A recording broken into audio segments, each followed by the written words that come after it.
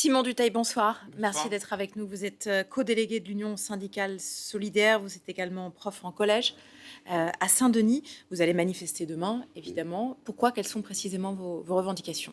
La question centrale, celle qui nous a fait appeler à cette grève avec la CGT et la FSU, c'est la question des salaires, mais aussi des pensions, des minima sociaux, des bourses pour les étudiantes et les étudiants, et dire qu'aujourd'hui, il y a un réel décrochage dans la vie quotidienne des gens par rapport à l'inflation. Voilà.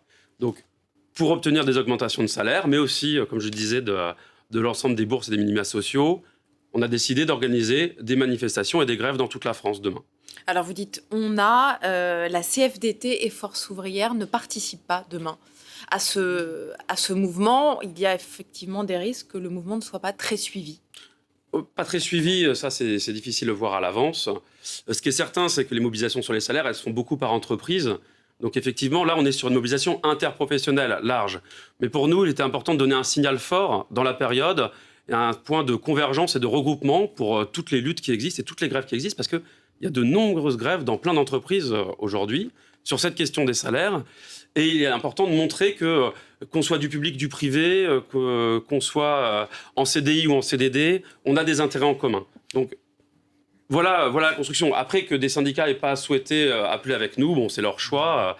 Nous, on espère que le plus possible de travailleuses et de travailleurs, de salariés, nous rejoindront demain. Mais ça peut peut-être s'expliquer aussi parce que on a vu le gouvernement être un petit peu sur tous les fronts pour tenter de colmater les brèches de cette inflation, de cette crise énergétique, bouclier tarifaire d'un côté, prime augmentation de salaire de l'autre, chez les profs en début de carrière, chez les personnels médicaux à une autre période. Enfin, il y a eu des tentatives. Ces tentatives ne vous suffisent pas, ne vous conviennent pas?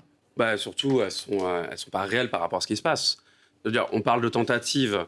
Moi, je veux bien voir l'impact que ça a. Aujourd'hui, il y a plus de 7 millions de personnes qui ont besoin de l'aide alimentaire pour vivre en France. Il y a des millions de travailleuses et de travailleurs qui se rendent compte, qui sont dans la difficulté, qui doivent faire des arbitrages qu'ils n'avaient pas à faire il y a encore quelques mois. On peut nous parler de bouclier dans un sens ou dans un autre. Ce qu'on voit, nous, c'est qu'il y a plus de 200 milliards qui arrivent dans les poches des milliardaires aujourd'hui par rapport à il y a 2 ans, tout simplement. Donc, il y a une nécessité d'avoir une autre répartition des richesses. Voilà, on n'est pas là pour des mesures cosmétiques de poudre aux yeux quelconque. C'est ce que fait le gouvernement en ce moment. On est là pour dire il faut des mesures fortes. Pour nous, aujourd'hui, c'est 1 700 € net pour le SMIC. Voilà. Pas de retraite en dessous du SMIC. Une augmentation Vous dites des immédiate de mesures 400 € cosmétiques. L'État, on l'a vu dans la présentation du budget 2023, va devoir emprunter cette année 270 milliards d'euros. C'est le plus gros montant qu'il n'aura jamais emprunté. Est-ce que l'État peut faire plus encore pour protéger les Français? Mais il y a des choix qui sont faits au niveau de l'État. Quand on casse l'ISF, quand on casse une partie des ressources des impôts, dits impôts de production, on parle là en milliards. Enfin, il y a en milliards qui s'accumulent. Quand on n'a pas une vraie politique de lutte contre la fraude et l'exil fiscal, entre 80 et 120 milliards par an, qui manquent pour le budget de l'État ou pour les recettes en cotisation sociale. Donc, à un moment donné, il y a des choix qui sont faits. Il y a des choix qui sont clairement faits. Quand on laisse aujourd'hui des entreprises engranger des super profits, on pense que c'est entre 10 et 20 milliards qu'on pourrait les récupérer. Bien sûr qu'on peut dire « Ah là là, l'État a des difficultés ». Mais la réalité, c'est qu'aujourd'hui, il y a une politique de laisser faire pour les plus riches, pendant que des millions de personnes dans ce pays galèrent et se disent que ce n'est pas possible. Donc nous, on est vraiment sur une autre redistribution des richesses. Il y a aussi la réforme des retraites, évidemment, parmi vos revendications, alors que le gouvernement réfléchit ce soir, on va dire, à la méthode à employer pour faire passer cette réforme des retraites. Comment vous comptez, vous, de toute façon, bloquer le processus? Parce que, quelle que soit la méthode, vous êtes contre. Alors là, on est tout à fait d'accord. La question, ce n'est pas la méthode. La question, pareil, à quoi ça sert la retraite et où serait le souci? Bon, déjà, si on reprend le rapport du corps et si on reprend les analyses qui en sont faites aujourd'hui, il y a un enfumage sur la question du financement.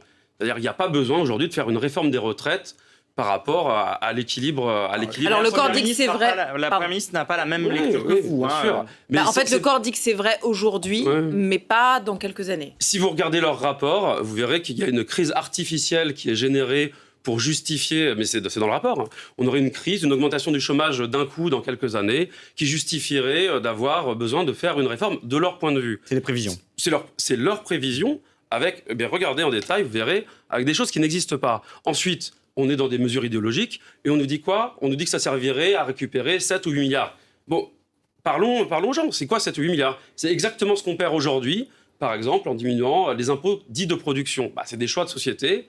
Voilà.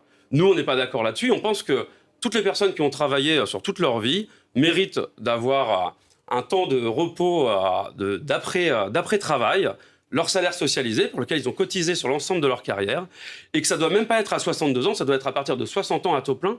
On en a les moyens dans ce pays, qui est un des plus riches du monde, et ce sont bien les travailleuses et les travailleurs qui créent les richesses et qui doivent pouvoir les récupérer. Alors ça veut dire que si le gouvernement fait passer cette réforme, surtout peut-être s'il la fait passer en force, vous redescendrez encore dans la rue dans quelques semaines?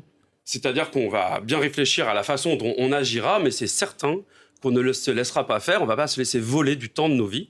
Et pour nous, c'est du vol qui touche en priorité les personnes qui sont les plus précaires, les salaires les plus faibles, parce que c'est bien ça. Et avec une telle réforme, avec l'allongement qui est suggéré vers ce quoi ils veulent aller, du 64 ou 65 ans, on va avoir de plus en plus de personnes qui vont même mourir avant d'arriver à la retraite. Et ça, pour nous, c'est inacceptable. Donc oui, on se battra, et on se battra de toutes nos forces pour empêcher une telle réforme. Merci beaucoup, Simon Dutheil, d'avoir été avec nous Merci. Ce soir.